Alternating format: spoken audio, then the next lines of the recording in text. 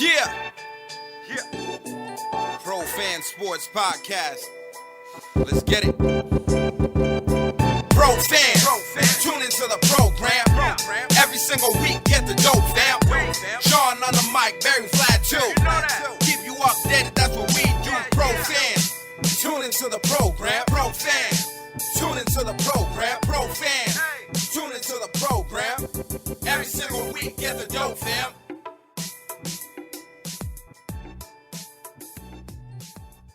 Yo, what do everybody? It's your boy John Altidor with Pro Fan Sports Podcast, back at you with another one. Today, you guys got me and the homie Vlad. What's good, Vlad? What's poppin', man? It's just us today. That's it. Today, man. Barry, we'll catch you on another show. We don't got a guest tonight, but we got to hold it down, you know what I'm saying? As we do, we got to stay consistent on all fronts, man. So, it's just you and I this week. And, I was hoping – Barry would be here because we got some interesting stuff to talk about, man. For sure. Especially, on NBA offseason, trading period is crazy, man. From the amount of money people are getting to the people that are being moved, it's just like every NBA offseason, it's like, there's anxiety, there's drama, there's all kind of stuff, man. And, I think this year is probably one of the biggest, free agency periods in a little while, just based on what's happening. Guys are signing max contracts. We saw a bunch of max contracts. Zion Williamson, John Morant, and Darius Garland, and boy up in Washington, we can't talk about we can't say free Bill no more because he opted out and he signed his 200 back in. Hey, he opted back in, so if you're not making the play-in tournament, we can't feel bad for that because that boy getting his money, and I don't know what Washington did this year to actually go anywhere next year either. But obviously we're in Boston and Brad Stevens, man, Brad Stevens out there wheeling and dealing, bringing some guys in. We'll talk about that in a little bit. But first, I think we should definitely talk about, the biggest offseason story right now, with the Brooklyn Nets. It's of course a story that keeps giving, man. It never stops. When you have Kyrie Irving in the building, things, he's like that book, man. Things fall apart. Like anywhere he goes, it's just like things just fall apart, man. And for the people who don't know, Kyrie Irving opted in, to his contract this year, option, which means he'll be making close to $38 million playing for the Nets this year. And then a couple of days later, we're thinking KD, all right, KD's going to be good for the season. And he decides to make a trade request. Yeah. So now, Brooklyn Nets are in a predicament, man. I think what happened is, and what I hear some people talking about is that, the NBA is a superstar league, and you kind of have to listen to your superstars in order to get your team going. And I think Kyrie opted back in, but the Nets don't really want to keep Kyrie. They kind of want to trade him. And I think KD is probably like, nah, we ain't doing that. Like, if you trade Kyrie, I ain't going to stay here either. And I think it's crazy that way. You know what I'm trying to say? Like, I think it's crazy that way. I love KD. KD is like literally one of my favorite players in the league, one of my top 5 favorite players in the league, just because of who he is and how consistent he is and how great he is. But when you're hooking your tails with Kyrie, like, I just think not good comes out of that. You know what I mean? Kyrie goes to Cleveland. He left that, comes to Boston, almost burned down Boston. Goes to the Nets, he burned that down, or at least he's burning that down right now. You know how I mean? Like, Kyrie was smoking on his own pack. Like, Yo, smoking on sage, man. You know, same sage he was saging the garden with, you know, in Boston. I don't know. I think he's, you know, inhaling too much of that stuff in, man. yeah, it sucks because he's such a great player, such he's like a what do you call that? He's Stephen A always says he's box office. You know what I mean? He's box office, but you can have him leading your team. He can be the main guy on your team, and that's why if he goes to the Lakers, you know LeBron is not gonna put up with all that bullshit. LeBron is used to him. If he goes to the Lakers, I think the league is in trouble because at the end of the day, LeBron James. You might not see it. You might say he's not better than Jordan, but it's proven that when LeBron James is on a team and people are healthy, he can take them to the finals. So it'll be interesting. The Lakers will be a team to watch if Kyrie ends up there. And the rumors are that Kyrie will end up there. They're just looking for a third team to complete the trade. So I think more likely than not, I think he's gonna be over there. I mean, I see reports coming out that there's no traction on the trade, but we anything is possible right now. I think it's just like Kyrie talks a lot about, it's not about the money, it's not about that. And then he opts in to the 38 mil, for the year. It's like, if he doesn't, then you're looking at possibly making like 6 mil, if the Lakers just sign you outright, if you're restricted free agent, whatever. So, he's like, hey, let me make this freaking money, but like you said, man, Kyrie's just such an enigma, man. And, the Lakers are looking to ship out Westbrook for Kyrie. And I don't go ahead. I mean, it's not really a fair trade, straight up. It's like Nets, that's a lose-lose situation, Or it could be addition by subtraction. It's like get rid of a headache. At least Westbrook is a hard playing player. He's not shooting well right now, and he's not the Westbrook that he used to be. But at least he's a solid player. You know what I mean? There's not really drama that comes with Westbrook. It's mostly on the court drama, just like him against somebody else when he's playing. But it's not like he's gonna be like on social media talking shit or like you know what I mean? Like he's not Kyrie for sure. That's for sure. He's definitely not Kyrie, man. And I don't know. It just would be a disservice to the Nets to just trade Kyrie straight. I think that's the whole issue. For the Lakers, they don't really have any chips to play with. It's like, you're gonna ask for several first round picks, and the Lakers kind of like shot themselves in the foot because they don't really have too many first round picks to trade. Yeah. So now you're gonna have to get a third team, like you said. Bring somebody else that's gonna entice them. But I do think the Nets just are really done with Kyrie, man. Just like, yo, we're good on you, man. Yeah. It's like you spent all last year not playing, came back in the playoffs, didn't give shit. You know what I mean? Like I bet you if he came back to the playoffs, beat the Celtics, went to the second round or maybe the third round, it's like, all right, at least we did something. But you spent all year not playing to not do anything in the playoffs, bro. Well, yeah, and then you don't do anything in the playoffs, and then the exit interviews talking about this team didn't have time to gel like a team should. It's like, bro, whose fault was that? Yeah. You haven't been here, and then he's talking about me, KD, and Joe. We're gonna sit down and see where the direction of the organization is going. Like, bro, I didn't know you own a team. Like, what is happening? Like, I didn't know you owned the Nets. I don't know, man. I think sometimes Kyrie is not very self-aware, and I think Kyrie's a smart dude. He's a deep thinker at times, but I think sometimes he just thinks way too deep, and he thinks he's way smarter than he actually is. He actually is. That's for sure. And especially when he was with the Celtics and talking about the young guys and the young guys are not doing this and not doing that. I'm like, Kyrie, you're 26. You're a young guy, man. You know what I'm saying? It's like you're not that far ahead of these guys, but at least they're getting deep into the playoffs. You got to nurture that kind of stuff. And so he opts in.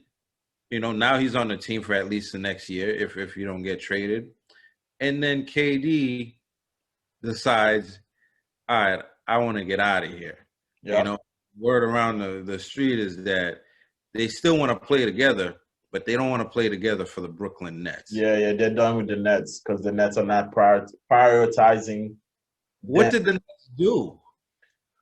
Well, I think the Nets don't want Kyrie. That's what I think. I think what happens is Kyrie opt in. The Nets is like, we're glad you opt in, but we kind of want to trade you. And then once they heard that, once KD heard that, KD's like, oh, what's going on here? Y'all trading my guy? That's why I'm here, because I'm my guy. If y'all trading him, y'all might as well trade me too. I mean, do you think that's a smart thing on KD's part? I don't, man. I don't. I just think Kyrie's not the guy you wanna make your decision around. Like, I mean, if that's your boy, that's your boy. But at the end of the day, even though you're my boy, I'm gonna be like, yo, John, that's your decision, bro. That's your life, and you can do that. But I'm gonna stay here. I'm gonna do what's best for me. You know what I'm trying to say? Like, just because you're moving on doesn't mean I should be moving on. So, it's like I personally don't. But at the same time, KD can end up somewhere where he wins a championship with a team. Like, if he ends up with Phoenix, or if he ends up with Miami, I mean, those teams got progressively better if KD is on those teams. Like, if KD is on the Heat, we're in trouble. If KD is on the Suns, at least we can maybe meet the Suns in the finals or something. Yeah, I mean, I think there's loyalty, right? There's loyalty. He's loyal to Kyrie. But then I think, there's stupidity as well. It's like, I get it, you're loyal, but like, what is that loyalty getting you, man? Or what are you loyal to? Are you loyal to somebody else that's sacrificing all this time? Like, you got the vaccination, you've been playing all year. And like, this dude Kyrie plays when he feels like it. He'll just go on a personal hiatus whenever he feels like. I understand mental health and everybody should recognize when they need some time off, but it's like, bro, I seen this stat that said Kyrie's played 103 games in the last 3 seasons. There's 80 game seasons. Yeah. And I also saw that in the last year alone, Jason Tatum played 112 games. So it's like, bro, it's not feasible. Yeah. And you're getting paid lots of money to do so. And also, not only that, it's not because you were injured or something happened to you. You didn't want to take the vaccine. You didn't want to play. Why didn't you want to play the year before? I forgot what it was. Something about. I forgot what it was. Is that the bubble year? No. After the bubble year, he didn't want to play because, he took a hiatus. Yeah, he just didn't show up to work for a month or something. Yep. You remember that? That's crazy. Anyways, I don't want to spend too much time on those guys. I want to talk about our guys. Right, I do want to talk about our guys, but it's just like, our guys are tied up in this as well, right? No way, yeah. Now, KD asked for a trade. We saw Rudy Gobert the other day, went to Minnesota and they gave up like 4 round picks. Let's talk about that a little bit. Dude, you got Danny Ainge just fleecing teams. I don't know how he does it. I don't know how he got like 5 players with 4 first round pick. Yep. Yeah. It's like madness, man. Yeah, it's madness. I mean, I still think the Timberwolves are gonna be good.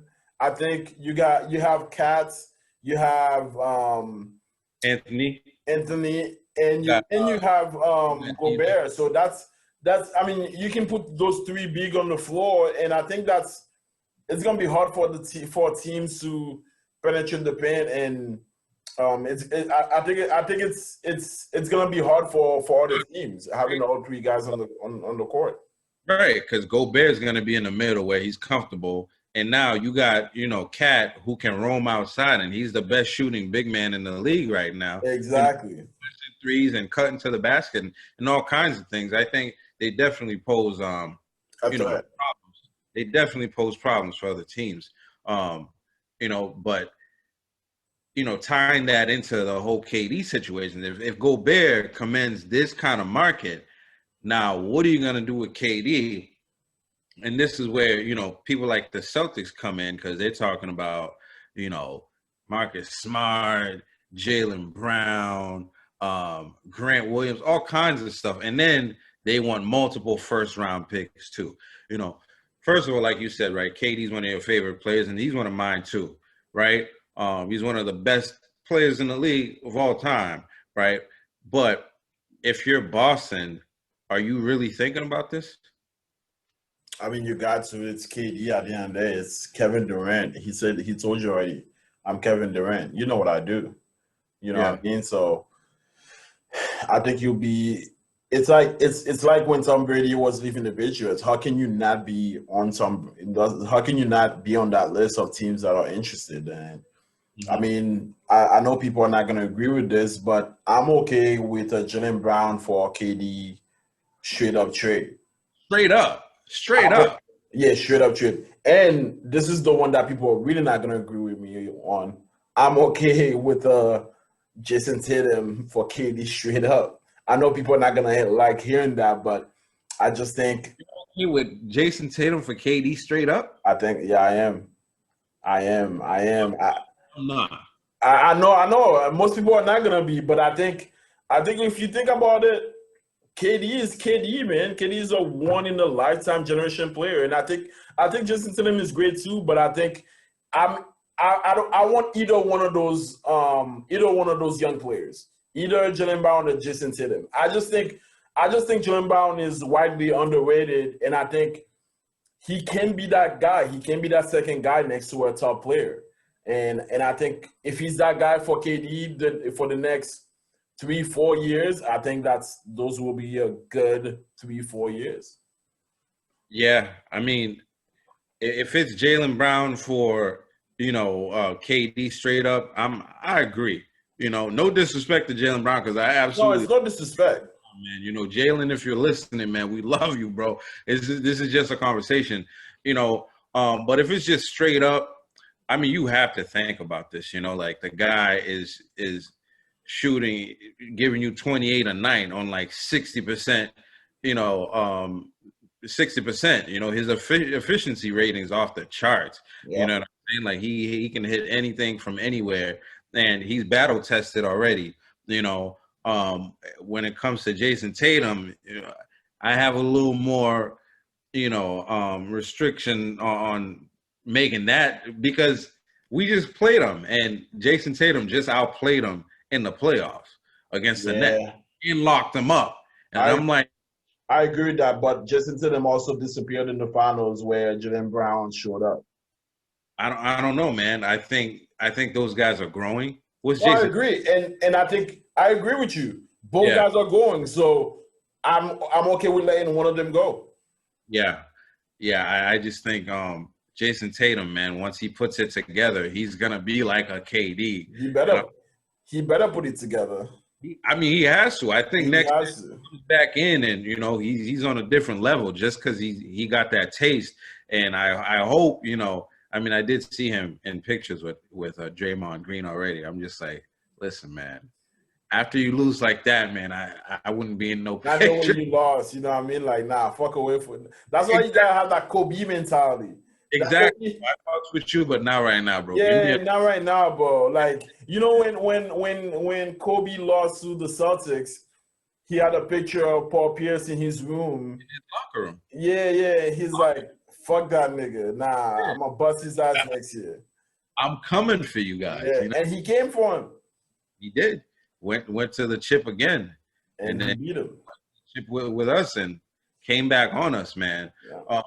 But yeah, man, I just think, with everything that the Nets want, I just don't think it would be smart for the Celtics to do, for Jaylen Smart. I'm only doing straight up. I'm only doing 1-1 straight up. 34 versus 25, 26. Like, bro, in a couple years, KD's going to be slowing down. And Yeah. Brown is only on the rise right now. And every year he comes in, he gets better. Yeah. You know, and you trade like half the team for this, like you losing your identity.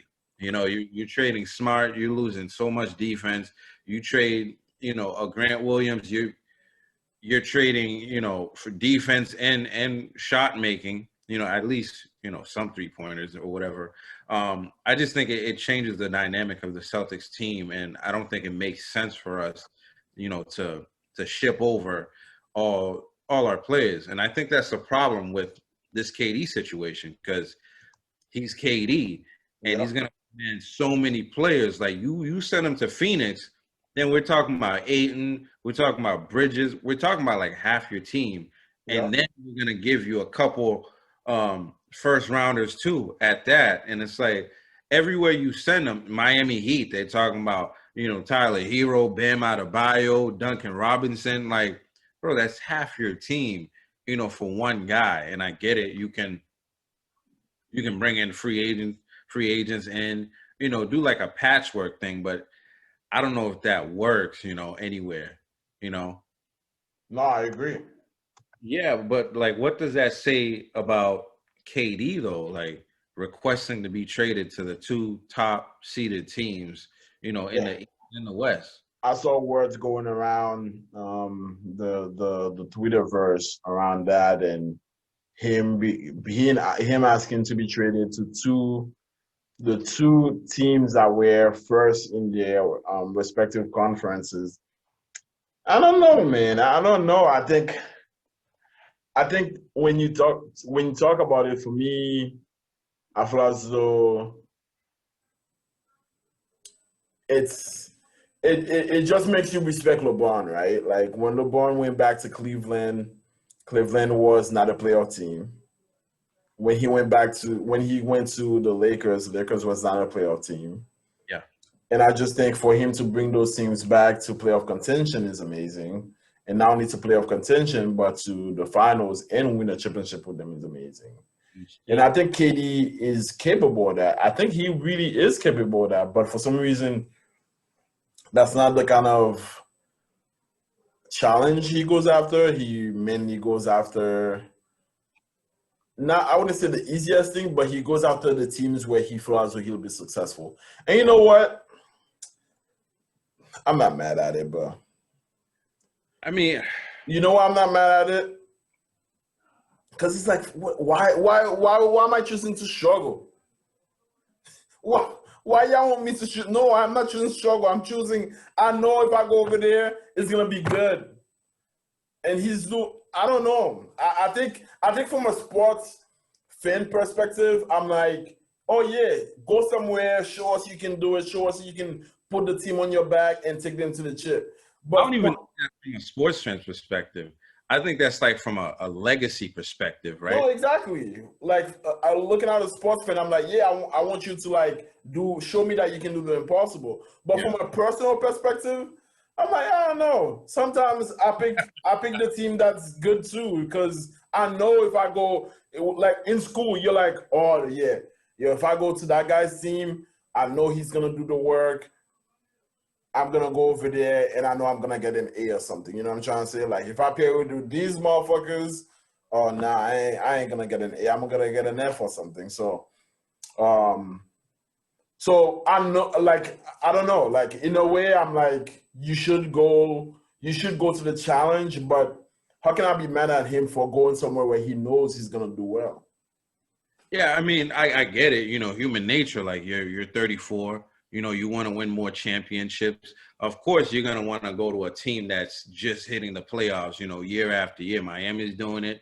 Phoenix is doing it. Yeah, I get that, but I just think it's the asking price and, the change of dynamics for these teams that would happen with bringing him in. Yeah. And I think, KD, man, I think he's kind of playing with fire too, man, because like the Nets don't have to they don't have to do what you want to do. You know what I mean? Not only they don't have to trade you, they don't have to trade you to a contender. Imagine if Sacramento's like, yo, we're gonna give you the next whatever amount of, picks you want. The Nets just have, an avenue to bring in, at least one All-Star, and then have a bunch of first-round picks. Like, what loyalty do they have to you when you're, asking for a trade? Not even 2-3 years in your contract. You know what I'm saying? So it's like, I don't know, man. We still have a long off season left. We'll see what happens with KD. And I'm definitely glad that it was reported that the Celtics were interested, which you have to put in that call, right? You have to. Like, what are you doing if you're not? What are you doing if you're not interested in that? You have to do your due diligence. Like, what exactly? Can we possibly get in like a 3-team trade? You guys get your draft picks, we get KD, y'all get a couple players from another team. You have to do due diligence. And but I'm kind of glad we didn't just like go off to the proposed thing, because you see all the proposed trades out there on Bleacher Report, all the platforms. But we also have Brad Stevens, who, I don't know, man. It seems like this dude's been doing this job for years, and he's just getting on the block, man. And he was able to pull off, not talking about all the big trades like with Rudy Gobert and stuff like that, but Brad Stevens just put up one of the best trades in the offseason so far. Yes, sir. Malcolm Brogdon, man.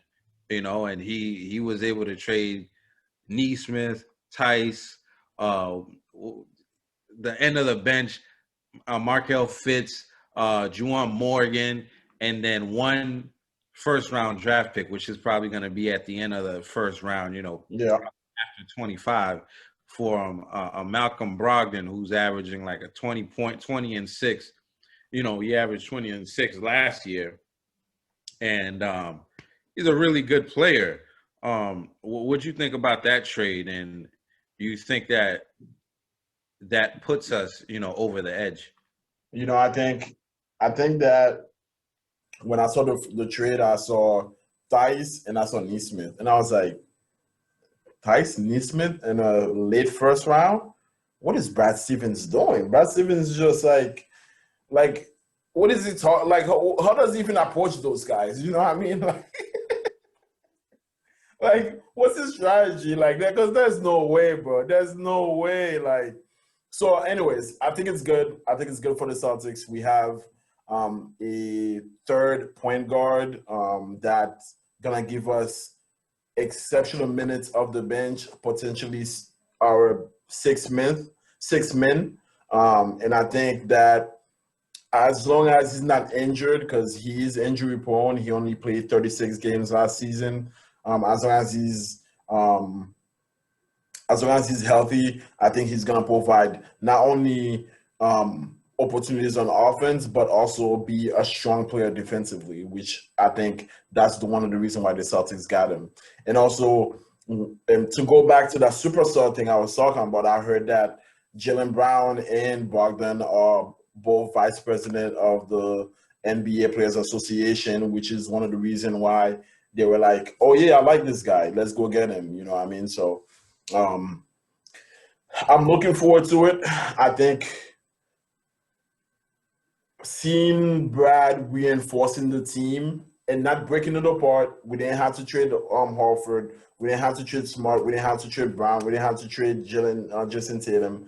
Just seeing them reinforce that core of the team, like building around that core, just makes me feel like it just makes you feel good. You know what I mean? It makes you feel like it's the same team, but better. Better players, better shooters off the bench, especially with Gallinari coming in, right? So better shooters off the bench. I think those are things that we needed, because last year, especially when it comes to the series against the Heat and against the Warriors, there was no shooting off the bench besides Derek White. Derek White came in and he played some really good minutes and scored a lot, but We needed consistent scoring off the bench, and Grant Williams just wasn't it. He did it for the Bucks series, but he didn't do it consistently and just give us that 15 to 20 points a night that we could have needed, that could have helped us win the championship. And I think with Gallinari and Bogdan, you have that. You have those guys that can come off the bench. You'd be like, y'all better score, and I know y'all can score.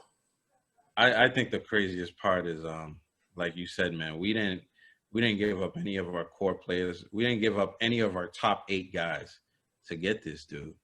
You know, and reports came out that they wanted Grant Williams, and Brad Stevens was just like, nah. We're not doing that, you know. So nobody in our rotation got traded this year. And I think all those guys are young, right? All those guys are young, and they just went through a crazy playoff season together, you know, more experience. And I think those guys are going to be even more hungry. And I do think Malcolm Brogdon, man, he's a dude that we've been looking to try and get, you know, for the last couple of years, right? He's been mentioned with us for a while now, for us to get him, you know, for not that much, you know. I think Brad Stevens has been doing a phenomenal job. Danilo Gallinari, right? That's another piece that we didn't even have to do anything for. The guy got bought out, and he was just like, I'm out of here. Yeah, and he said the 2 teams he wanted to go to was Chicago and Boston. And he chose Boston over Chicago. So I just think that it's good to feel like a player chose Boston, but most importantly, I just think having shooting, what we've been wanting for a while is consistent shooting off the bench. Yeah. And Nesmith forgot how to shoot. I think if we had those guys in the finals, we at least force a game 7. Man, I don't even want to talk about that. Yeah, those guys. But at least I'm not saying we win hands down. I think we at least game 7 because our scoring just dried up, and with a guy like Malcolm Brogdon who can create shots, and who can create for others, and things don't get stagnant. I think that would have been real helpful for us. I think one last thing, right? Now that we've got this rotation solidified, do you think we need to add anything else to this team?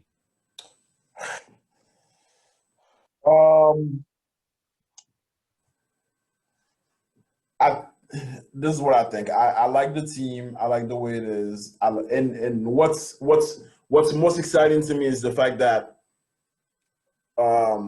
we didn't get complacent. We didn't say, "Oh, this team can just go back to the finals," because I didn't think so. I don't think the team as it is can just walk back to the finals, because we got some lucky breaks in the playoffs this year, and we need some reinforcement.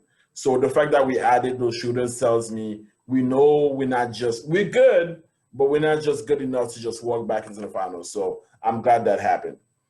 Do I think we need another piece? Yes. I think we might need somebody to back up Rob Williams.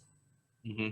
I think we might need somebody else to back up, because no ties. We have Horford, that's true, but he's a little older. If we could just have a third big guy that we can depend on once in a while, I think that'll be helpful. Yeah, I completely agree. I've heard the name Thomas Bryant a lot. The other day I heard Dwight Howard, Hassan Whiteside, and I think another, player that people are not thinking about because he's a rookie. We got this undrafted player, Trevion Williams, right, from Purdue.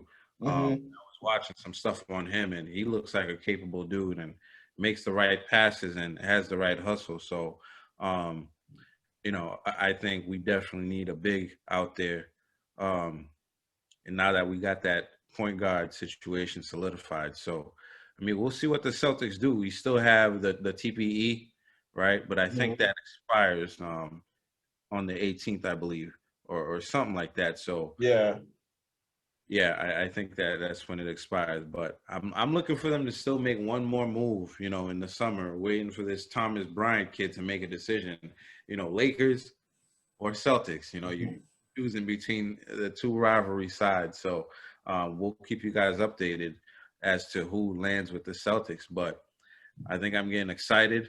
One thing we didn't talk about was J.D. Williams. The second rounder we brought in. He looks like he's a project, right? But I think he looks like a good project. That's I haven't really done much research on him. What do you think of him? he got hustle, man. Mm-hmm. Dude, he plays above the rim. Like think about a poor man's Ja Morant. Okay.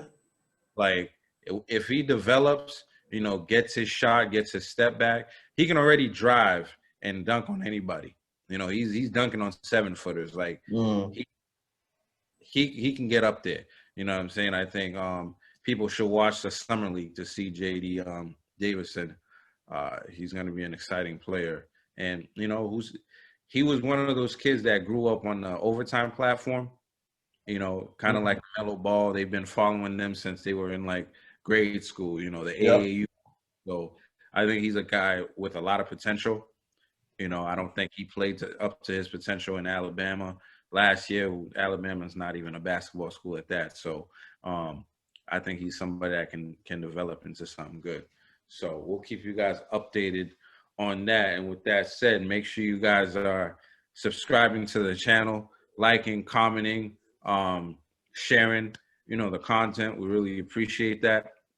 Make sure you're following us on all social media platforms. It's at ProFanSports on everything except for Instagram, and that's at ProFans_sports. We're dropping stuff every day, giving you guys updates on everything that's going on, league-wide, NBA, NFL, NHL, whatever you want, we got it up there. So until next episode, man, Barry, we miss you. We'll catch y'all next time, man.